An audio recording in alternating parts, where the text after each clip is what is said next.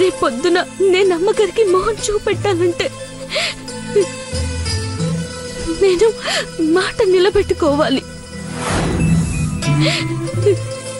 అయ్యగారు, పెద్దబాబు గారు, ఇంట్లో వాళ్ళందరూ ఈ పెళ్ళైతేనే సంతోషంగా ఉంటారు.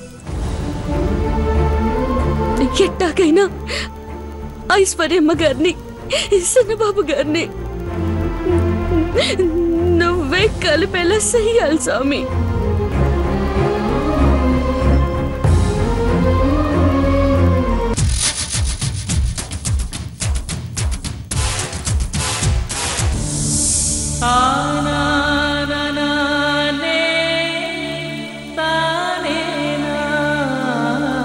అంతే.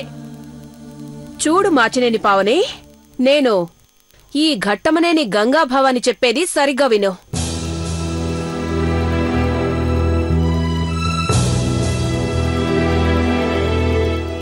ఏ నిశ్చితార్థం ఆగిపోయి మీకు కన్నీరు మిగిలిందో, ఏ నిశ్చితార్థం వల్ల మీ ఆశలన్నీ అడియాసలైపోయాయో, ఏ నిశ్చితార్థం వల్ల మీరు రోడ్డున పడ్డారో ఆ నిశ్చితార్థం, సారీ, పెళ్లి కూడా జరిపిస్తాను.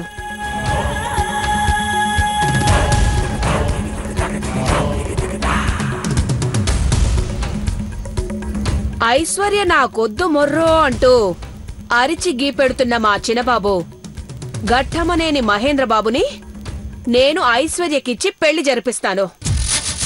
అర్థమైంది కదా? మహిని నేనొప్పిస్తా. మహిని ఐశ్వర్యను ఒకటి చేస్తే నీకొచ్చే బెనిఫిట్ ఏంటి భవాని? బెనిఫిట్ లేకపోతే మీ ఇంటికొచ్చి బిర్యానీ ఎందుకు తింటాను? 500 ఇస్తే పార్సల్ పట్టుకురారా ఏంటి?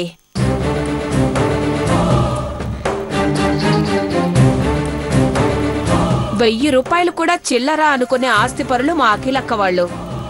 1,00,000 కోట్లకు వారసులైన కొడుకులకు పిల్లల్ని చూడాలని ప్రకటనిస్తే అప్సరసలు దిగొస్తారు. అలాంటిది అదృష్టం ఐశ్వర్యని గిలిగింతలు పెట్టింది.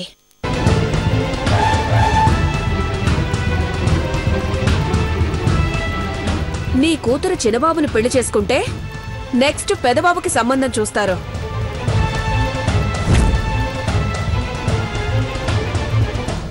అప్పుడు వియ్యంకులైన మీరు, కోడలైన ఐశ్వర్య అందరూ కలిసి నా మేనకోడలు కీర్తిని పెద్ద కోడల్ని చేయాలని సపోర్ట్ చేయాలి. మిగతా తతంగం నేను నడిపిస్తాను. ఎవరు ఆ బండదా? నువ్వు సింగిల్ ప్యాకెట్ తింటే అది ఫ్యామిలీ ప్యాక్ తింటుంది. వంట మనిషి పార్వతి చేసుకుంటానంటేనే అఖిలాండేశ్వరి ఆంటీ కన్న కొడుకను కూడా చూడకుండా షూట్ చేయబోయింది. నీ మేనకోడలనైతే రోడ్ రోలర్తో తొక్కించి చంపేస్తుంది. జాగ్రత్త.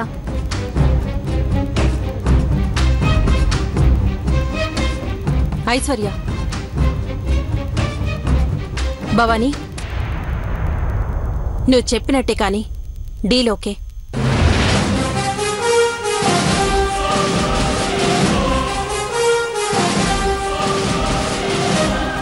ఐశ్వర్యమ్మ గారు, ఐశ్వర్యమ్మ గారు, ఈ గొంతు పార్వతిదిలా ఉందే. అదే వచ్చేసింది. నేనొచ్చినట్టు తెలియకూడదు, లోపల దాక్కుంటాను.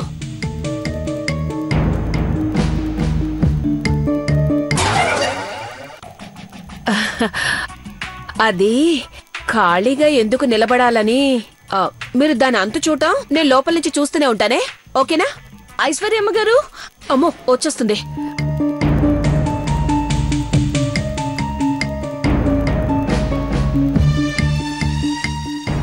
అమ్మగారు,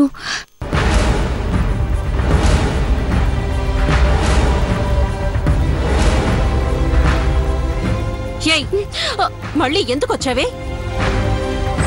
ఈ ఇంటి గడప తొక్కద్దని నీకు చెప్పానా లేదా?